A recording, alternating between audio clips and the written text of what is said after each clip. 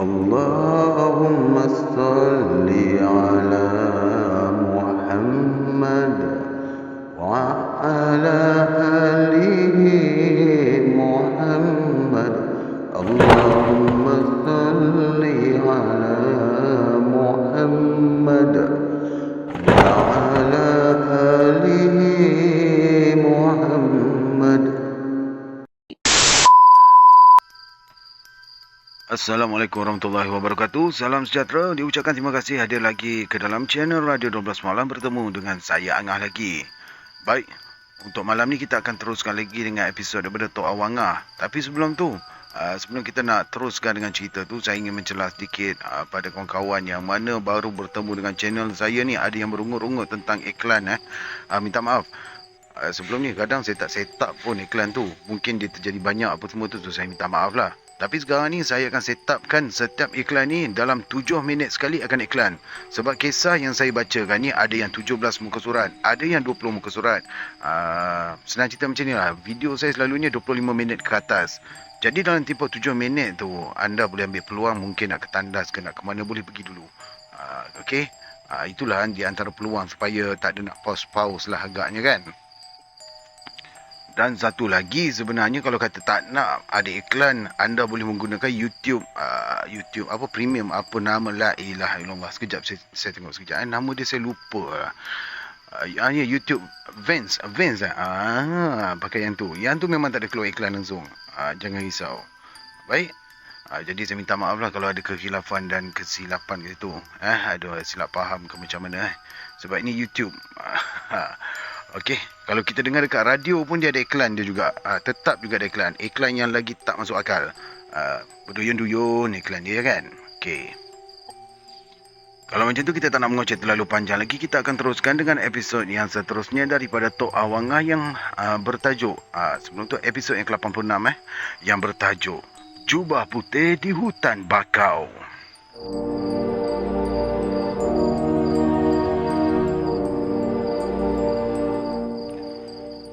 Banyak keris dua terdapat di rumah Abang Mat Jabal, dibungkus dengan kain hitam atau kain kuning.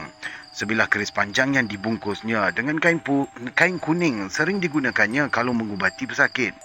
Dia akan mengasap dengan kemenyan sebelum menyeru dan membacakan mantra. Tidak tahu pula saya apa mantra yang dibacakan oleh Abang Mat Jabal kerana dia sekadar mengumat-ngamitkan mulut sahaja. Sekejap, ada motor lalu. Tetapi dia enggan membakar kemenyan sekiranya saya datang. Beberapa kali juga saya berkunjung ke rumahnya. Dia sengaja bercerita perkara lain daripada pengalamannya. Dia sendiri mengaku di hadapan Nyok Saidun, sukar untuk dia menyeru sahabat-sahabat gaibnya kalau saya ada bersama. Apalagi kalau saya sentiasa berzikir di dalam hati hinggakan terasa seluruh urat bergetar sama. Nyok Saidun lah yang memperkenalkan saya kepada anak angkatnya iaitu Bagan. Ya, bukan apa benda pula ni. Maaf kan. Dia punya tulisan dia ada macam terkoyak sikit. Sekejap kan. Nyok Saidun lah yang memperkenalkan saya kepada anak angkatnya. Anak angkatnya itu di Bagan Datoh. Bagan Datoh ni nama tempat. Bukannya nama orang. Tetapi Abang Mat Jabal tidak minat mendekut burung ruak-ruak seperti Nyok Saidun. Dia hanya banyak menyimpan senjata-senjata lama yang dijaganya baik-baik. Semasa saya serahkan badik tua pemberian ulung sali beberapa tahun dahulu kepadanya, Abang Mat Jabal merenung mata badik itu lama-lama. Tiba-tiba, dia menangis tersengguk-sengguk sambil menggenggamnya erat-erat. Siapa yang bagi Ustaz badik ni? Soalnya, perlahan sambil mengesat pelupuk mata. Orang dari Pahang, jelas saya. Kenapa Ustaz berikan pada saya? Dia mengerling Nyok Saidun yang sama-sama datang dengan saya. Saya pun tak buat apa. Cuma abang yang suka simpan senjata macam ni kan? Beritahu saya secara ikhlas. Dia pun mengangguk sambil menatap badik tersebut. Setiap kali dia membelek-belek mata badik itu, cepat-cepat dia mengesat pelupuk matanya. Sayang, badik ni tak dijaga. Keluhnya, macam tersangatlah kesal. Merajuk dia. Sebab tu dia mesti dipulihkan balik. Ujarnya, mengusap-ngusap ujung mata badik tersebut. Semenjak diberikan oleh ulung sali badik itu, saya tak pernah lagi mengasapkannya dengan kemenyan pada setiap malam Jumaat. Tidak pernah dilangirkan dengan limau atau dibungkus dengan kain kuning. Langsung tidak terlintas di hati saya untuk menjaganya sama seperti yang dilakukan oleh Abang Mat Jabal terhadap senjata-senjata lama yang dikumpulkannya. Semasa ulung sali memberikan saya badik itu, dia hanya menyuruh saya menjaganya. Dia meminta diasapkan dengan kemenyan setiap Jumaat selepas maghrib dan dibungkus dengan kain kasar berwarna kuning. Tetapi saya tak menganggaplah ia sebagai satu amanah. Lagipun, apalah perlunya saya menjaga badik tersebut dengan terlalu istimewa? Kerana yang perlu kita istimewakan daripada segalanya ialah Allah Subhanahu Wa Taala semata-mata. Banyak pula mata saya sebut ya. Semasa saya menerima badik ini daripada ulung sali, tak ada apa-apa perjanjian pun di antara kami. Dia yang mendesak sangat supaya saya menjaga badik itu. Cuma Angah yang Tok Ulung percaya boleh menjaganya, ujar orang tua itu bersungguh-sungguh. Saya sekadar tersenyum dengan penjelasan ulung sali. Bagaimana pula dia boleh mempercayai saya yang akan menjaga badik tersebut seperti yang dikehendakinya? Sebelum itu, sewaktu dia bertanyakan kepada sepupu saya iaitu Ustaz Mak Deh, memang terus terang Ustaz Mak Deh menolak. Saya juga hati. Kenapa dia letak hati Oh, bukan saya juga hati. Saya juga hati ulung sali apabila dimarahi oleh Ustaz Mak Deh supaya tidak memuja-muja badik tua itu. Sebab itulah dia lebih senang dengan saya. Ulung sali tahu yang saya tidak bersikap seperti Ustaz Mak Deh yang mudah memarahinya kalau ada sesuatu yang dianggap bertentangan dengan pendiriannya. Pernah juga Ustaz Mak Deh menyuruh dia berhenti daripada menjadi bomoh dan mengamalkan jampi mantra. Angah ni tak sama dengan Mak Deh, jelasnya apabila saya bersetuju menerima badik tersebut. Kemudian saya berikan dia wang RM30 seolah-olah pengeras sebagai tanda saya menerimanya daripada dia.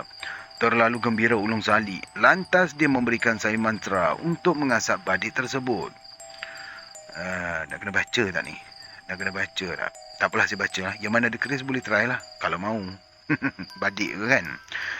Assalamualaikum nenek petala langit. Setinggi-tinggi sampai ke langit. Aku nak menyuruh. Aku nak menyeraya. Berkat la ilaha illallah. Tetapi saya tidak pernah mengamalkannya atau menyentuh badik itu yang saya simpan di dalam laci meja. Hinggalah Nyok Saidan memberitahu mengenai Abang Mat Jabal yang banyak menyimpan senjata-senjata lama yang dikumpulkannya. Merajuk dia ni Ustaz, ulang Abang Mat Jabal ketika memicit-micit hujung mata badik tersebut. Saya tak menyahut. Sekalipun bimbang Abang Mat Jabal akan memuja senjata-senjata lama itu, tetapi saya percaya yang dia memahami akan kelemahan keris atau badik yang dikumpulkannya selama ini. Senjata-senjata tu tak berkuasa apa-apa pun. Pusaka orang dari seberang, dah beribu tahun umurnya. Sampuknya Saidun yang lama terdiam memerhatikan Abang Mat Jabal mengasapkannya dengan kemenyan. Abang Mat Jabal mengganggu. Dia sendiri mengakui badik itu pusaka turun-temurun dari tanah Sumatera. Tetapi ulung sali tidak pernah memberitahu saya demikian. Dia ni sudah makan daging orang, beritahu Abang Mat Jabal perlahan ketika menggenggam hulu badik itu erat-erat. Dia menjelaskan badik itu milik pendekar yang sudah digunakan dalam peperangan. Tetapi saya tidak menganggap segala penjelasan Abang Mat Jabal itu betul. Mungkin apa yang diramalkannya berdasarkan daripada besi badik itu, setelah dibanding-bandingkan dengan besi keris-keris lama yang dikumpulkannya selama ini. Bagaimanapun, saya tidaklah mempertikaikannya. Memang menjadi tabiat saya tidak gemar mempertikaikan apapun penjelasan demikian. Sama ada benar ataupun tidak ramalannya bukanlah penting sangat kepada saya. Tetapi dengan cara itu sajalah saya dapat berkenalan lebih mesra dengan Abang Mat Jabal.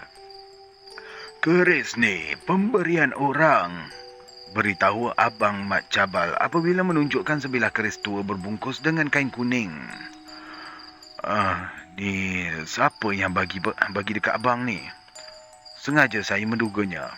Tersenyum Abang Mat Jabal mengerling keluar jendela. Dia memerhati muara sungai yang membiru bercantum dengan air laut besar. Cuba Ustaz pandang ke situ semasa air surut.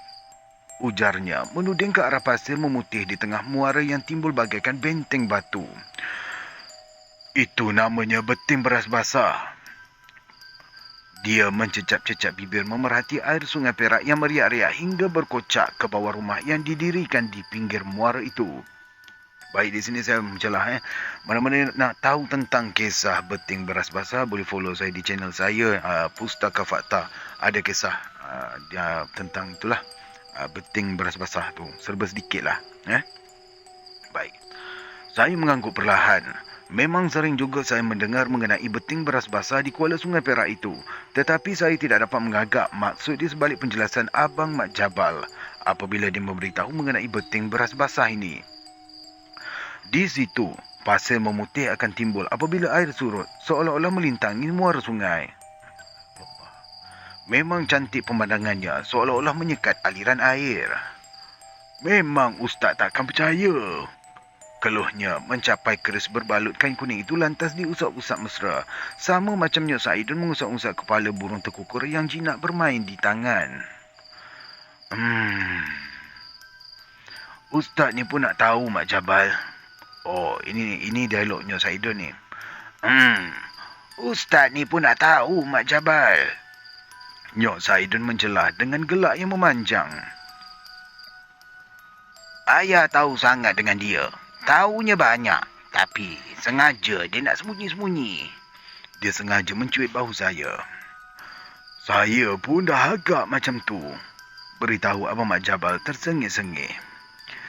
Beting beras basah ni banyak sangat menyimpan rahsia orang-orang Perak, katanya Saidun. Bingkas bangun berdiri di jendela. Mak Jabal ni, dia banyak tahu rahsia beting beras basah ni, jelasnya memicit-micit buku lalinya yang membengkak. Abang Mat Jabal meletakkan semula keris berbalut kain kuning itu di tempat yang khas. Dia mengusap-ngusap muka dengan tapak tangan hingga kan jelas misai tebalnya bergerak-gerak. Terlalu sukar dia mahu melupakan sesuatu yang sering bermain di benaknya.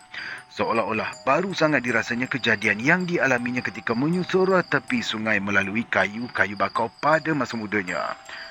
Dia mengambil upah menebang kayu-kayu bakau di sepanjang muara sungai itu.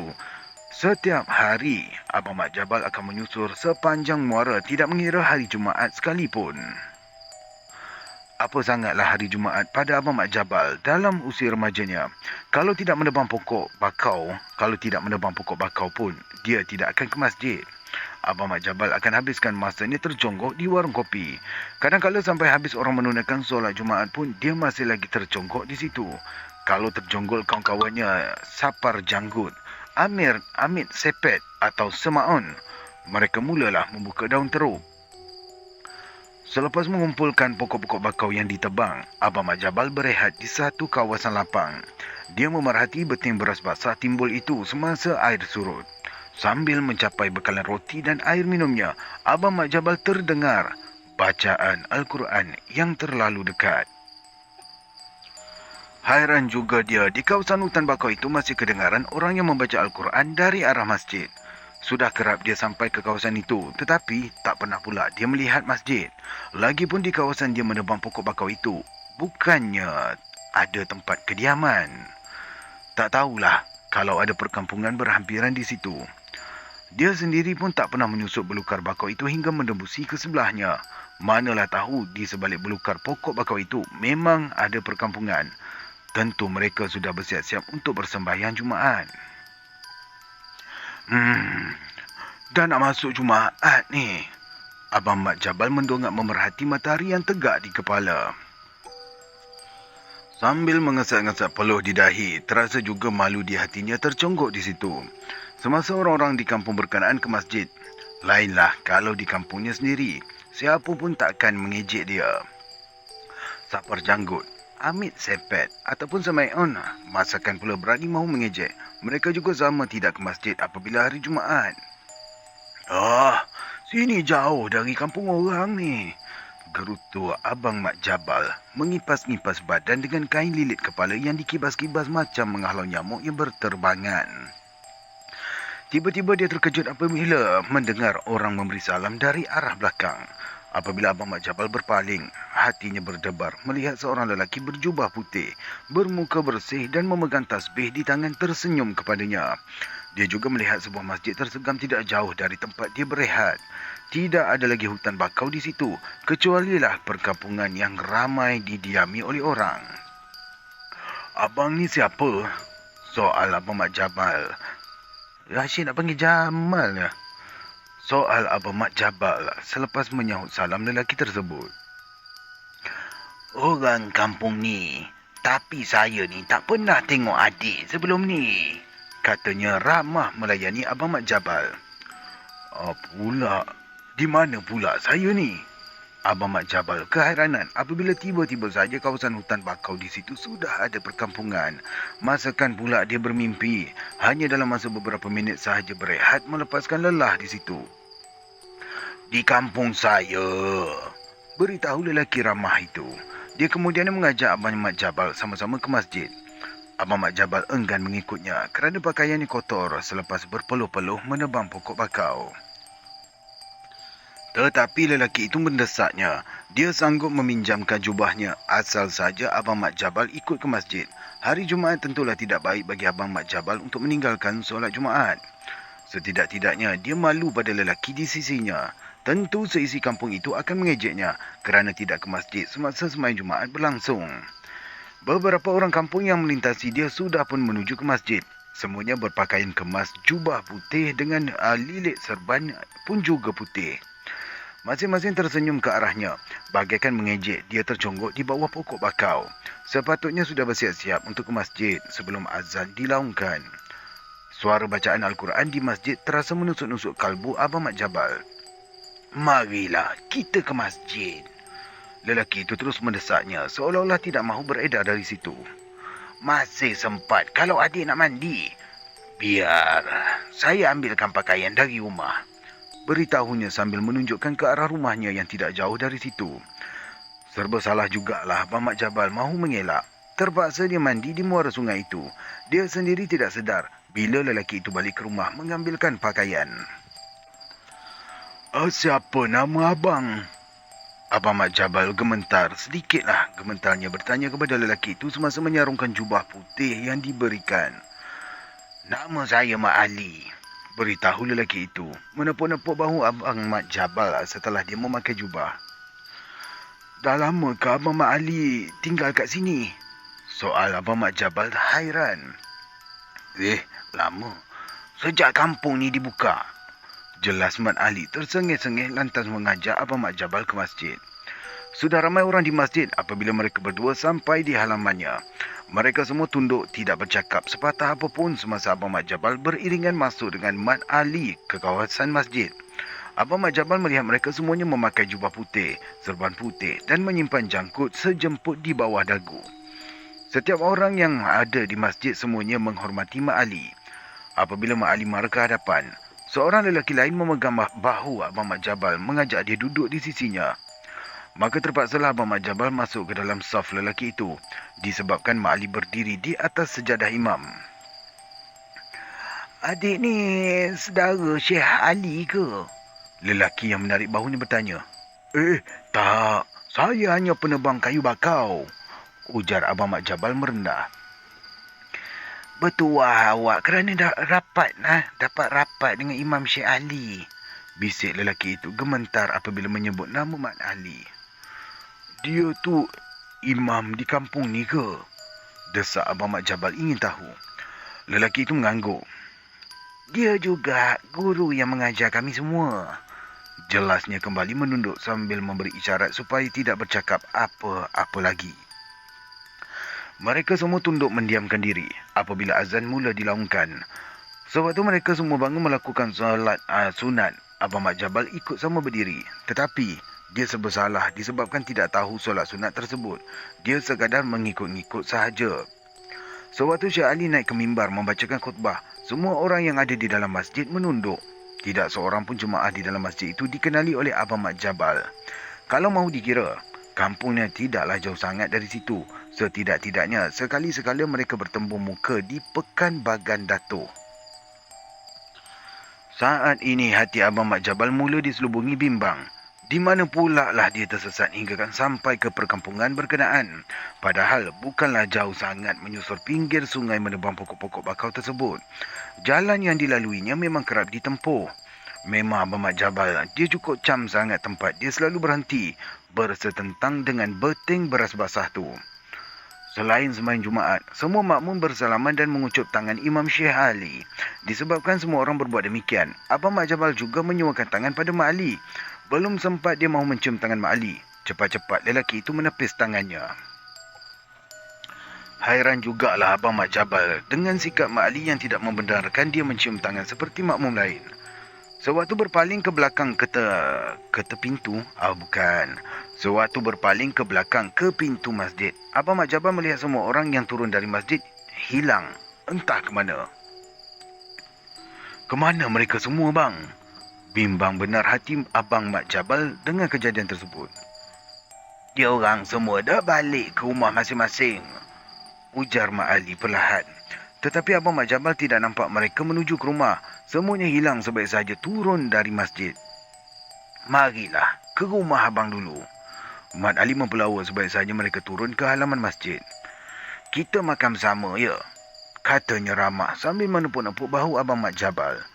Ketika menuju rumah Mak Ali, sempat Abang Mat Jabal menoleh. Berdebar hatinya apabila masjid yang tersegam tadi tidak ada lagi. Semuanya hutan bakau yang padat. Tetapi Mak Ali masih lagi berjalan di sisinya. Di mana saya sekarang ni, bang? Abang Mat Jabal tertanya. Adik, janganlah takut selagi berjalan dengan abang, ya? Mat Ali memberi jaminan. Mereka sampai di sebuah pondok yang berdindingkan dan berlantaikan kayu bakau bulat. Atapnya pula nipah dengan sebahagian rumah itu menganjur ke dalam air. Tak ada sesiapa pun di situ. Abang tinggal kat sini seorang diri je, beritahu Mak Ali sambil mempelawa tamunya makan. Mana keluarga abang? Abang Mat Jabal memberanikan diri. Semua orang mukmin ni keluarga abang. Jelasnya tersenyum, seolah-olah mahu menyembunyikan keluarganya daripada pengetahuan Abang Mat Jabal. Memang rumah tersebut tempat tinggalnya seorang diri.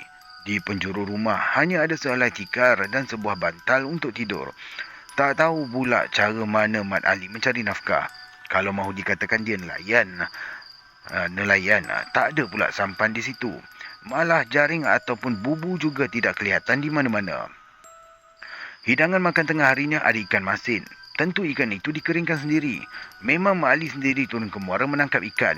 Kalau mahu dikatakan turun ke pekan Bagan Datuk membelinya, tak pernah pula dia bersua muka dengan Mak Ali. Sudah lama abang mencari ketenangan dekat pondok ni, ujar Mak Ali setelah selesai makan. Sambil menggulung rokok daun, dia menyambung. Abang ni tinggal bersendirian untuk mengabdikan diri kepada Allah. Dia menjelaskan kedudukan sebenar dirinya. Selalu ke abang ke pekan Bagan Datuk? Soal Abang Mat Jabal. Di mana lagi pekan kita kalau tak Bagan Datuk? Dia tersenyum dengan pertanyaan Abang Mat Jabal. Tapi tak pernah pula saya nampak abang. Cepat saja Abang Mat Jabal memintas. Abang nampak adik, cuma adik yang tak kenal abang. Sahutnya semacam menyindir. Pula, dekat mana pula abang nampak saya? Desak Abang Mat Jabal. Adik selalu main teruk dekat warung tu, beritahunya perlahan. Tersengih-sengih Abang Mat Jabal. Memang dia tidak dapat berdalih apabila dituduh demikian. Jauhkanlah diri daripada kemungkaran, dek, ujar Mat Ali memberi nasihat. Abang Mat Jabal tidak menyahut. Dia menunduk kesal. Malu benar dia kerana perangainya selama ini diketahui oleh Mak Ali. Kalau Mak Ali sering ternampak dia bermain teruk, tentu banyak perkara lain yang diketahui oleh lelaki itu. Abang tahu, adik selalu ke Teluk Intan. Belum sempat dia menjelaskan apa-apa, Mat Ali sudah menyindirnya lagi. Adik cari perempuan tak baik dekat sana, kan? Dia menerangkan segala keburukan Abang Mat Jabal. Alah, selepas ni saya janji saya tak buat lagi, bang. Terhambur pengakuan tulus ikhlas daripada mulut Abang Mat Jabal. Baguslah macam tu, dek, sahut Mak Ali gembira dengan pengakuan tersebut. Berjanjilah dengan Allah yang maha mengetahui yang gaib dan yang nyata. Katanya menatap muka Abang Mat Jabal. Berlinang air mata Abang Mat Jabal. Sayu benar hatinya apabila kenangkan kenakalannya selama ini. Pertemuannya dengan Mak Ali itu seolah-olah menyedarkan dia daripada kesalahan yang dilakukan. Ketika inilah, Mat Ali mencapai sebilah keris yang diletakkan di kepala tiang rumah. Hulu keris tersebut sudah purput, manakala matanya juga seolah-olah berkarat disebabkan lama terbenam di tanah. Semasa Mak Ali mengambil keris itu, dia menepis-nepis tanah yang melekat pada mata keris. "Jagalah keris ni, Dek," katanya lantas mengulurkan keris tersebut kepada Abang Mat Jabal. "Kalau nak elok, adik buatkan dulu hulu dan sarung dia," dia memberitahu. "Keris pusaka abang ke ni?" Abang Mat Jabal masih lagi ragu. Mak Ali mengganggu. Selepas menerima keris itulah, Abang Mat Jabal ditinggalkan oleh Mak Ali. Tiba-tiba saja lelaki itu keluar dari rumah berkenaan dengan tidak memberitahu ke mana haluannya. Setelah puas Abang Mat Jabal menunggu, segera dia menjengah keluar. Tak ada lorong yang dilaluinya sebelumnya itu. Semuanya hutan bakau padat yang tidak ditempuhi orang. Apabila dia balik semula ke rumah Mak Ali, tak ada pun kesan rumah yang tersegam di situ. "Oh, kena berdaya ke aku ni?" gerutu Abang Mat Jabal. Tetapi di tangannya masih lagi tergenggam keris tua yang diberikan oleh Mat Ali. Setelah menyedari dia terperangkap di tengah hutan bakau, Abang Mat Jabal terus mencari jalan balik ke tempat dia berehat. Setelah dapat camkan beting beras basah, dengan mudah dia mendapat jalan balik. Ketika dia sampai di rumah, emaknya terkejut. Tidak bertanggung Mak Embun menaburkan beras kunyit ke kepalanya. Hairan jugalah Abang Mat Jabal apabila emaknya menaburkan beras kunyit itu. Orang-orang kampung juga berkumpul di rumahnya. Sebaik saja diberitahu Abang Mat Jabal sudah balik ke rumah. "Ke mana kau pergi, Jabal? Tanya ayahnya. "Yuk, kemai." "Memotong kayu bakau lah, ya," jelasnya perlahan. "Takkan sekarang baru kau balik?" Bunyi Amir Sepet punya dialog. "Takkanlah sekarang baru kau balik?" Amir Sepet cepat-cepat mencelah. "Aku pergi pagi, balik petang. Biasalah tu," ujar Abang Mat Jabal semakin hairan kerana orang-orang kampung berkumpul di situ. Seolah-olah dia orang asing pula di tengah kalangan mereka. "Pergi pagi, balik petang?"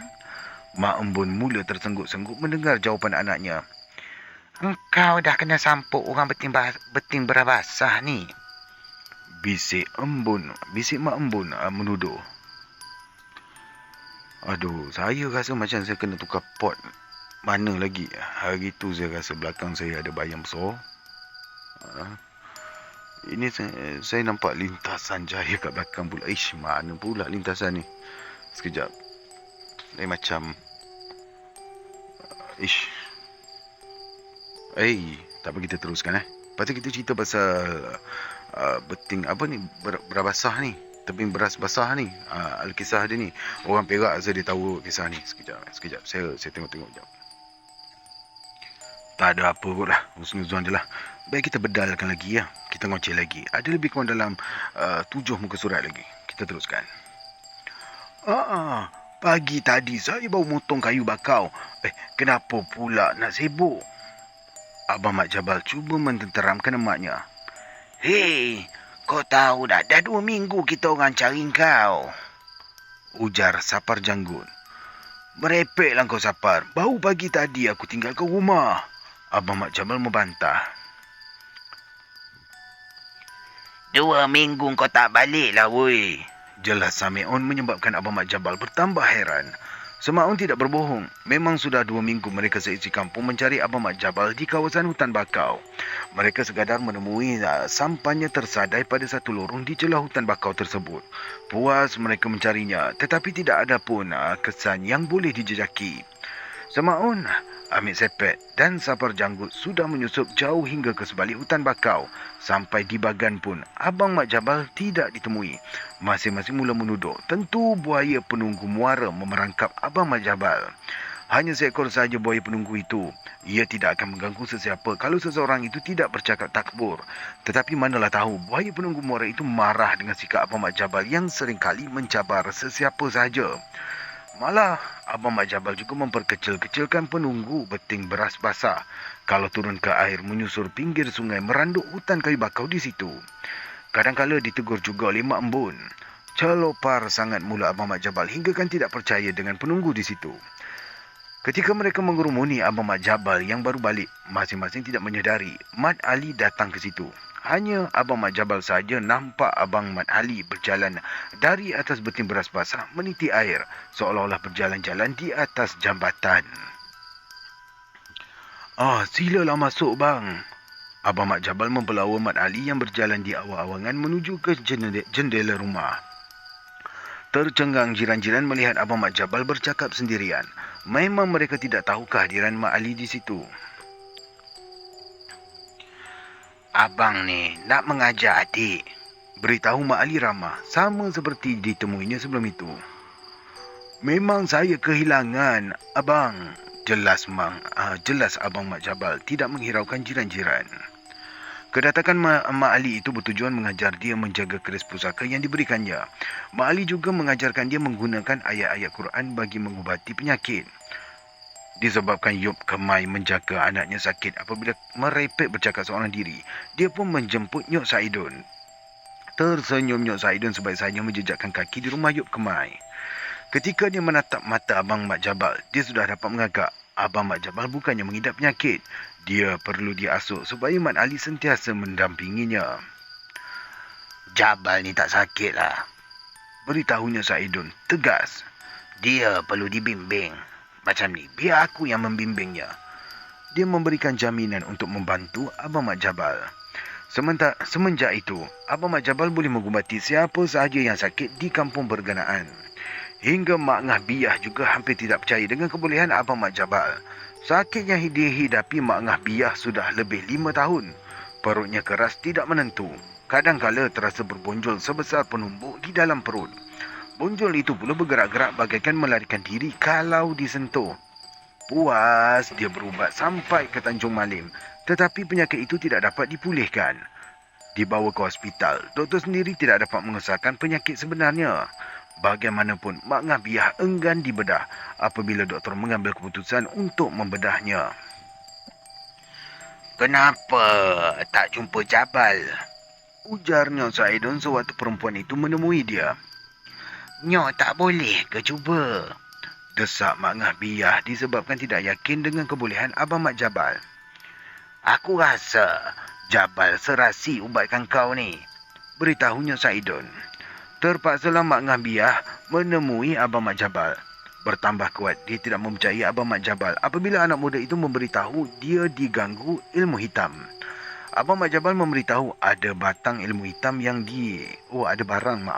Abang Mak Jabal memberitahu ada barang ilmu hitam yang ditanam orang di kawasan halaman rumah. Disebabkan tidak yakin dengan Abang Mak Jabal, dia tidak mahu mematuhi kemahuan Abang Mak Jabal menyediakan 7 kuntum bunga tanjung, air dari 7 kuala dan air dari 7 masjid. Kalau Mak Ngah tak mahu pun tak apa. Abang Mak Jabal memberi semangat kepadanya melawan ilmu hitam tersebut. Cubalah Mak Ngah amalkan sendiri sembahyang tahajud berturut-turut sampai 7 malam, katanya merendah. Mak Ngah Biyah bersetuju melakukan solat sunat tahajud di tengah malam. Kalau benarlah ramalan Abang Mak Jabal dia terkena ilmu hitam, semoga Allah lindungkan dirinya dan keluarganya daripada gangguan tersebut. Seminggu Mak Ngah Biyah melakukan solat sunat tahajud. Tiba-tiba, dia dikunjungi seorang anak muda pada sebelah tengah harinya. Tidak segan-segan anak muda itu meminta air segelas untuk minum. Semasa menegur air itulah, anak muda itu memberitahu di kawasan halaman rumah Mak Ngah Biyah ada tertanam barang ilmu hitam. Kalau awak boleh cari, tolonglah carikan, ujar Mak Ngah Biyah antara percaya dengan tidak. Tidak bertangguh, anak muda itu keluar ke halaman. Dia berjalan 7 langkah ke hadapan menghala ke penjuru pagar. Kemudian undur semula 3 langkah. Apabila dia melangkah ke kiri 3 langkah, tiba-tiba dia melompat seolah-olah kakinya terpijak ranjau. Kemudian dia menggamit Mak Ngah Biyah menghampirinya. Sebaik saja Mak Ngah Biyah dekat di sisinya, anak muda itu mengentakkan tumitnya ke tanah dengan membacakan. Sekejap, dia tak berapa jelas. Dia membacakan, Innama amruhu iza arada syai'an syai'an an yakulla lahu kun fayakun. 3 kali. Selepas itu dia mengorek tanah bekas hentakannya dengan menggunakan jari telunjuk sahaja. Hanya sejengkal dia mengorek tanah keras itu, dia terasa Dia terasa mulut botol kecil. Cepat-cepat dia menarik botol sebesar kelingking itu naik ke atas. Mak Ngah Biah sendiri melihat di dalam botol tersebut ada 3 bilah jarum berkarat dengan beberapa helai rambut. Anak muda itu membungkus botol tersebut dengan sapu tangannya. Dengan tidak bercakap apa-apa, anak muda itu terus meninggalkan Mak Ngah Biah selepas memberikan salam. Seminggu selepas dikunjungi anak muda berkenaan, Mak Ngah Biah berasa perubahan pada dirinya. Bonjol keras di perutnya beransur hilang. Dia tidak lagi diganggu resah setiap senja menjelang. Alhamdulillah, Mak Ngah dah sembuh lah Jabal, beritahu Mak Ngah Biah apabila menemui Abang Mak Jabal kemudiannya. Tetapi Mak Ngah Biah tidak mengenali anak muda yang mengunjungi dia. Tidak sempat dia mahu bertanya. Tiba-tiba sahaja dia datang menawarkan diri untuk membantu. Kemudian pergi tidak meninggalkan apa-apa pesan. Siapa anak muda tu bang? Oh, silap. Ini soalan daripada Tok Awang ya. Siapa anak muda tu abang? Soal saya setelah Abang Mak Jabal menceritakan pengalamannya. Mungkin Imam Syekh Ali. Jelasnya perlahan, tetapi kelihatan bulu roma di tangannya meremang tegak seperti kesejukan. Ustaz ni dia nak tahu, tapi sengaja dia nak... Bukan dia nak tahu, Ustaz ni dia dah tahu, tapi sengaja juga dia nak bertanya. Cepat-cepat Nyok Saidun mencela sambil menepuk kepala lutut saya. Abang Mak Jabal mengangguk. Dia membelek-belek badik tua yang saya berikan kepadanya itu setelah diasap dengan kemenyan. Terima kasih kerana sudi mendengar daripada mula sampai habis. InsyaAllah kita akan bertemu lagi 2 hari untuk episod yang seterusnya, iaitu episod yang ke-87 yang bertajuk, sebentar saya cari balik dia punya tajuk, 87 yang bertajuk Saka Hantu Tinggi. InsyaAllah kita bertemu lagi. Assalamualaikum warahmatullahi wabarakatuh.